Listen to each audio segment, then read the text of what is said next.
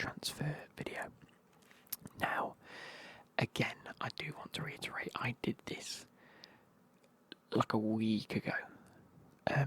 I don't know if the players in there have already moved, what it's going to be like, if the players are even linked with them anymore. Again, I had one comment that was just like last week that just said these are all stupid, half of these bits. And I'm like, I did say that, so please heed these words.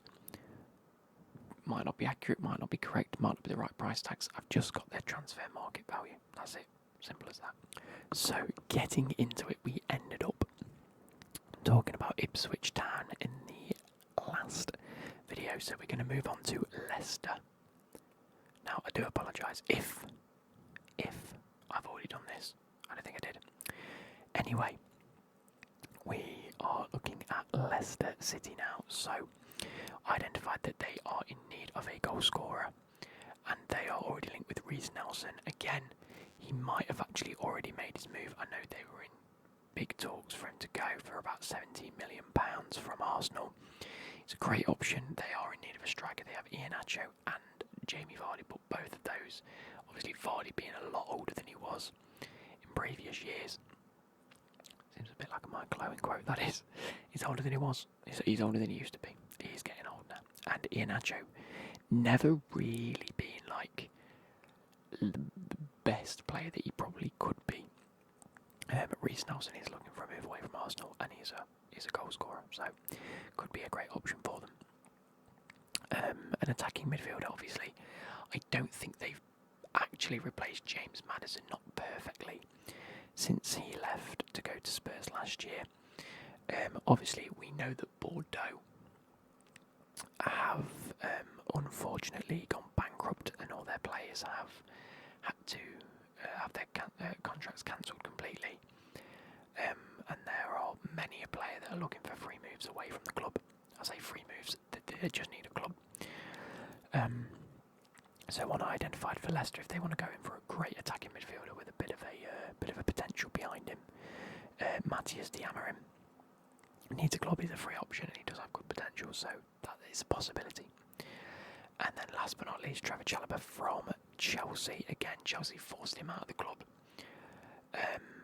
Players like Harry Souttar might be leaving the club.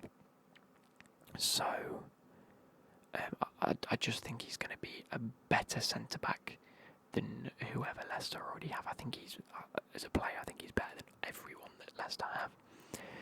He goes straight into the first 11. He's 100% Premier League capable. I genuinely think he might be Chelsea's best centre-back, and they're still looking to get rid of him, so I think he could be a great option for around about that £30 to £35 million option. And with Chelsea looking to get rid of him, could end up being a bit of a cheaper option. I think he could go for a hell of a lot less than 30 to 35 mil. I think you could get him for about 20 million. Moving on, we have Liverpool. Now, they are in need of signings, I believe. I think they're yet to really improve on Fabinho. I think that there are...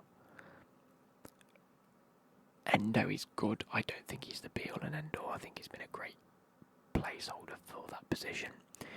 I also think they're after a left-footed centre-back.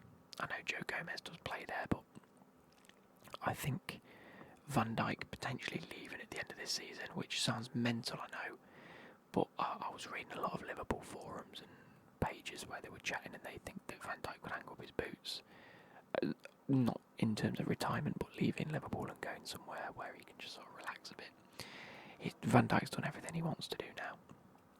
A Liverpool shirt, and I don't really think he's ever been back at the top level that he has been. So, Gonçalo Inacio, definitely a very young option, left-footed centre-back. One of the most promising centre-backs coming through the ranks in terms of football. I think would be a great option. And then to fill in for that CDM role, we have the likes of Adam Wharton. We all know what he's capable of. Last season he had a great season, got into the Euro squad, didn't make an appearance at the Euros, but obviously a brilliant option, proven in the Premier League, and is a ball-winning midfielder. And then Quentin Timber, which I think could be the most, how can I put it, most likely signing out of this list. Coming from Feyenoord, could come over from Arne Slot's system. He might decide, look, this is the type of player that I need. Again, CDM is needed. Arneslot's worked in before, and he definitely keeps up with tempo with the play, which is what Arneslot loves. So they need someone that can just keep the tempo in and around that midfield. Moving on to Man City, there are many players they could get, and I put in Dani Olmo here, and I now realise that he's very close to going to Barcelona.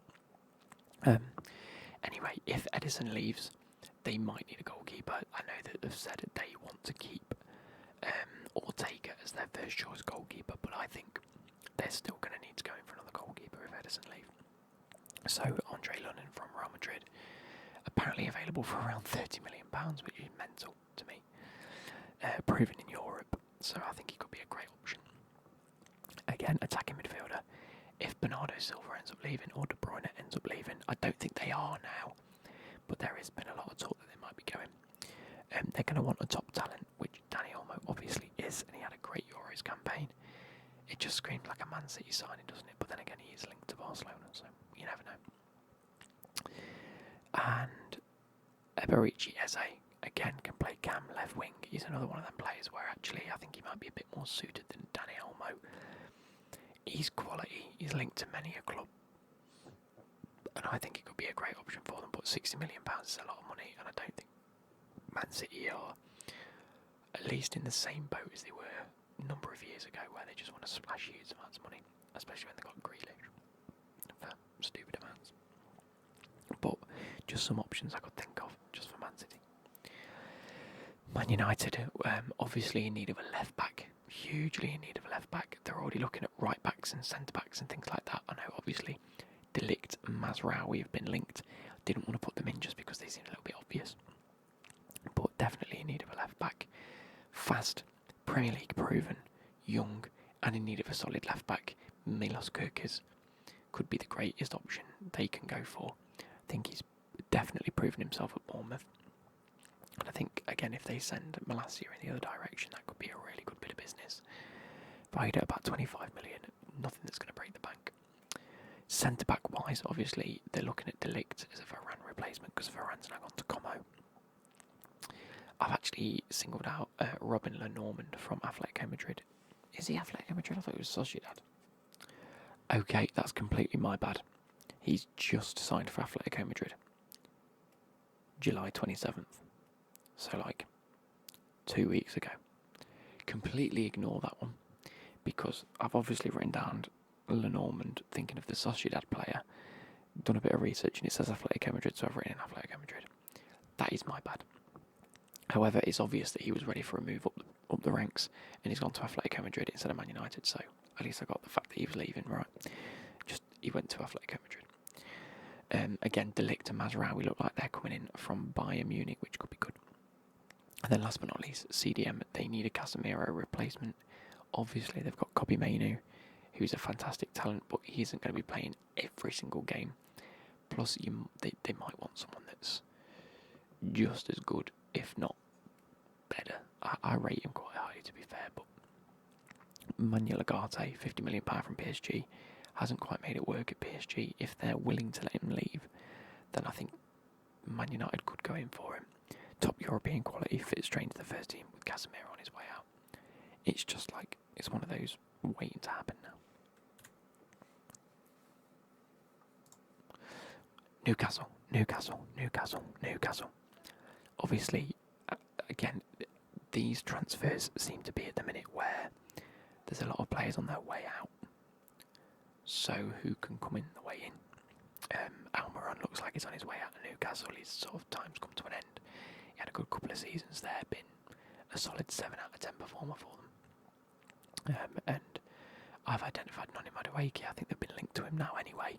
Since me making this, I think it was linked. £40 million ish from Chelsea is his transfer value. I think Chelsea could sell him for 25 to 30 million. We've got Palmer on the right. We've got Sterling still that's not looking like he's leaving. So, fast dribbler could fit right in at Newcastle. We've worked with Newcastle in the past, so I can see that happening.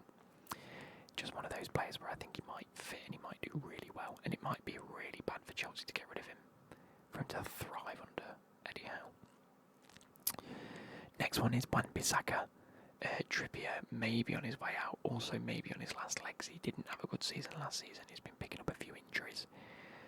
I think it's time for them to look. Obviously, I know they've got Tino Livramento, which again is a good bit of business for them, but they're still going to want to back up for Trippier.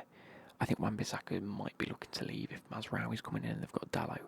Wan-Bissaka needs to get gone from Man United. The be-all and end-all is that he is a great defender. He just doesn't really offer anything else, which is what Man United need. Newcastle set up their back line to just purely defend. So, could be great, could be great. Although Trippier did play more of an attacking role. So maybe it's the wing-backs they need a little bit more, but I don't know, it is what it is. And the last one is Malik Thiaw, however you pronounce it, centre-back from AC Milan, valued at around £25 million. Newcastle had a few injuries in defence across the season. I know for a fact they've been looking at him for a while, is what I did get on my research. And he was one of Tonali's best friends in AC Milan, when he was at AC Milan. I think that's a match made in heaven, really. I think they do need someone like Malik Thiaw, a young defender coming through, could be fantastic. Partner up with Sven Botman, get rid of the likes of Lascelles. And who else they have at centre-back, I can't quite remember. But could be a really, really good, strong option. Next we have Nottingham Forest, who I don't know who else they're going to be signing, to be honest. I don't know why they would try and sign more players. But this is all dependent on if specific players leave. The first one, Brandon Williams. Brandon Williams. It's definitely not Nico Williams.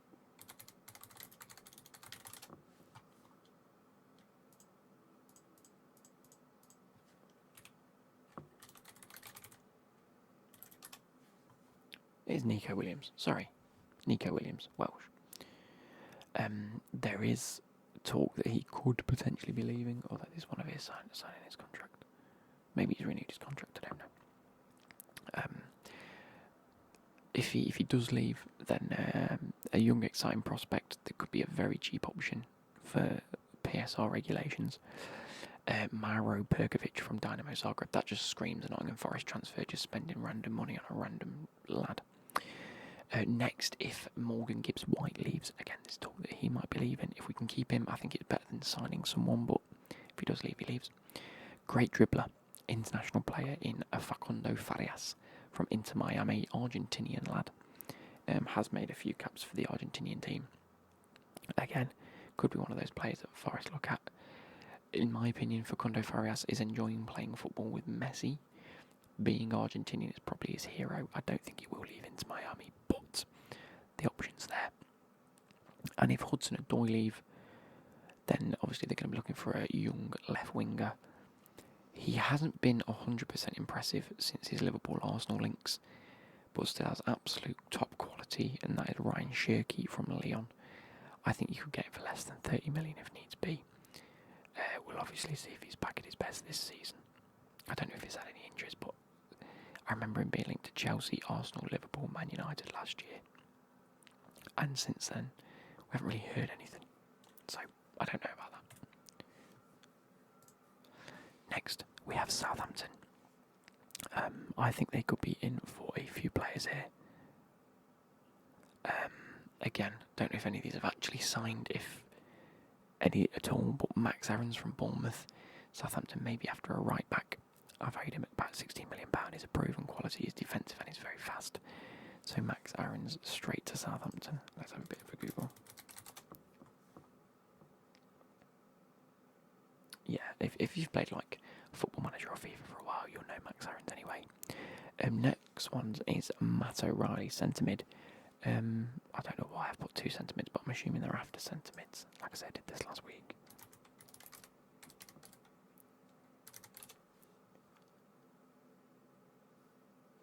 No, he's still training at Celtic, so he hasn't gone at all yet. But around about £20 million he valued from Celtic. He is a good goal-scoring and assisting midfielder, top quality, proven in the Scottish Premier League. From what I remember, he did have quite a few goals and assists last season, which is why I picked him up. For Southampton, I think it says central midfield, attacking midfield, defensive midfield, very versatile. And they only paid 1.8 mil for him, so he could go for even less than. I want last season. He had 19 goals and 18 assists in 49 appearances. That's almost 40 contributions in 49 games. That's fantastic, to be fair. Absolutely fantastic.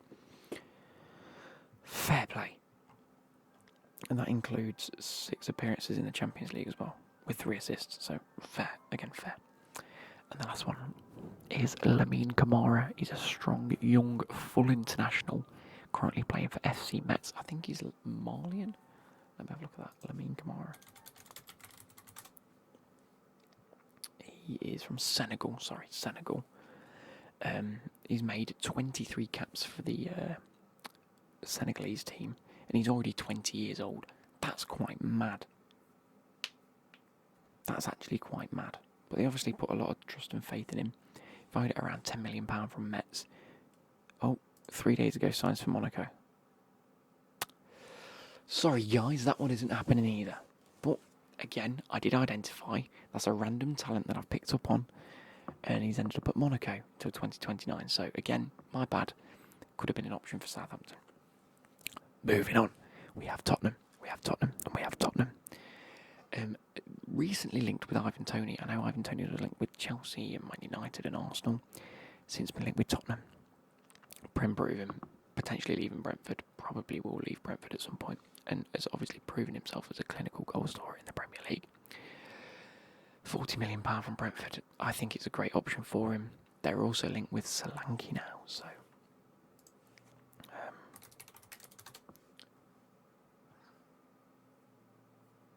again, I just think Tottenham are after a huge Premier League proven striker.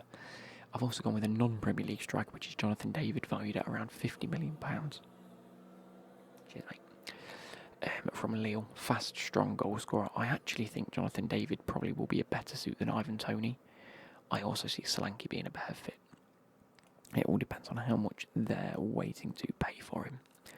And then the last one is someone that's been linked to Tottenham in the last couple of weeks anyway, which is Federico Chiesa, who's a right winger, £20 million he's valued by Juventus. They're just looking for a quick cash in for him.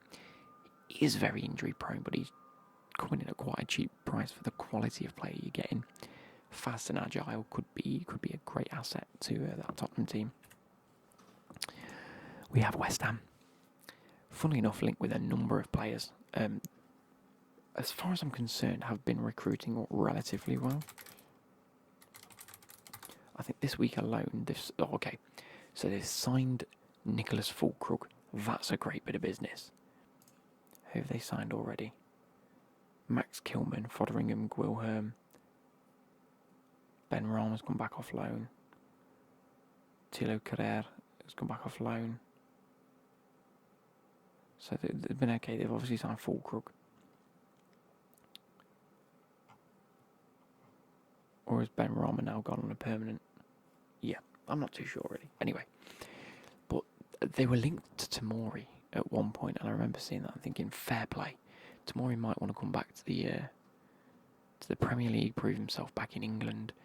I can't see himself leaving AC Milan. It wouldn't do it for me. But you never know. Strong, fast centre-back, experienced now at AC Milan. He's got the minutes under his belt. Spent a number of years there. He's looking like an absolute beast. I love him to bits. Can't see him going to West Ham, but I did see he was linked. John Duran from Aston Villa, young, fast ball striker. Valued at about 40 million, but now we know they've signed Fulkrug. So, after being interrupted by an ice cream van, and then the subsequent ice cream that I was gifted from the missus and her mate, I'm back recording. And what I was trying to say, before I was rudely interrupted, was that a very interesting transfer saga this summer could be Giovanni Reina. Never settled in at Dortmund, really. Had some cool FIFA cards, though. Has come to Forest last season, when Forest signed so many people. Again, never really settled in and played. And is obviously probably looking for a move away from Dortmund at this moment in time. Just going to double check he hasn't already left or is linked with anyone else.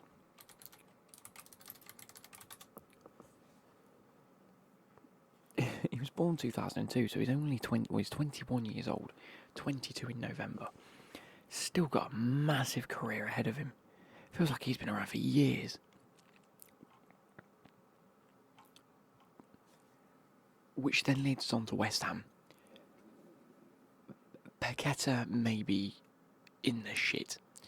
Obviously being investigated for spot fixing, which is absolutely way worse than just betting and gambling rule breaches. He's actually bet on himself to pick up yellow cards, and then in them specific games got some very dubious yellow cards. So it is one of them where Paqueta could genuinely be banned for either a number of years or just life. It's a big thing. We'll have to wait and see how that transfer saga, or not transfer, that sort of rule breach saga goes. Which then brings West Ham and Reina together. Reina's after a fresh start, a young player looking to get game time. Obviously they've already got Kudus and players like that, but losing a player like Paqueta is big, and I think Giovanni Reina could really fit that bill. That, and them having just signed a Borussia Dortmund striker, and having, worked with Dortmund to get that transfer done, it might not be so far of a reach to then say, actually, after an attacking midfielder, we'll also pick another player up that you're probably looking to get rid of. I don't know. We'll have to see how it goes. He might settle back in at Dortmund, and just now that Royce is gone, just see how it goes. Anyway, moving on to the last one, we do have Wolves. I tried to pick up a few players that really could fit Wolves, I suppose. Centre-backs, they probably do need another centre-back, a good centre-back as well. First one, Eduardo Quaresma from Sporting Lisbon. Strong, young, fast, and played much of the second half of the season for Sporting. It could be a good jump for his career now. Obviously, if the likes of Inacio leaves, I wouldn't be surprised if he stays and just solidifies his position for another season. But again, being a Portuguese player, wouldn't be surprised to see him at Wolves.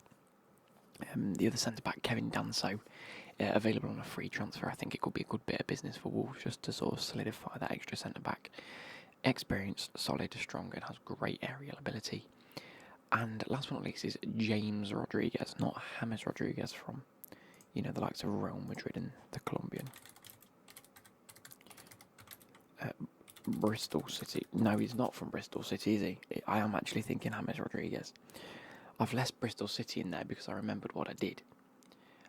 I had a player in here that's no longer where I thought he was. And I changed it to James Rodriguez as a cam. Anyway, young, promising, plenty of minutes under his belt. Who am I thinking of? Okay, everybody, so I actually have absolutely no idea where I was going with that one. And I don't know why I've written James Rodriguez is from Bristol City and is valued at 25 mil. Because I have no idea what I'm talking about there. I've really confused myself. Anyway, with that being said, the likes of Pedro Neto is potentially going to Liverpool. The reason I picked out a centre-back, by the way, is because Max Kilman's left or is leaving. So that's why they needed a centre-back. And I've just gone out and thought, well, if Pedro Neto's leaving, let's have a look at left wingers. And we've got one here, Carlos Forbes from Ajax, valued at about £5 million. Signed his contract in 2023. 19 years old, probably 20 years old now if I'm wrong. Valued, again, let's have a quick look. Carlos Forbes. 20 years old, valued at about £8 million. Europa League qualifying. He's made 2 appearances so far in the Europa League qualifying for Ajax. Left Man City's under-21 squad in 2023. So as far as I'm aware, he's homegrown as well. He might be homegrown because he was in Sporting's youth until 2020. So has been in England, which could be great for him to make another move back to England. Where are we? Last year's stats. Made 34 appearances, scored 2, got 4 assists, and scored 1 and got an assist in the Europa League as well. Not a bad shout, but he's Portuguese, which is why I think he could be a great option. Probably won't leave, but he's a good option for Wolves to look at, and that should end the video. There we go. So it's a bit of a nightmare getting to the end of that one. I really struggled this year getting any sense of players moving. I think the PSR regulations and all that have really started coming into effect, and it's really playing havoc with potential transfer moves. Like, there could be really obvious ones that just can't go anywhere because they can't afford it. Or, on the other side of things, there could be really cheap players coming in because clubs have had to get rid of their top talents. It's been really tough. I hope you guys have enjoyed this. I'll catch you later. Goodbye.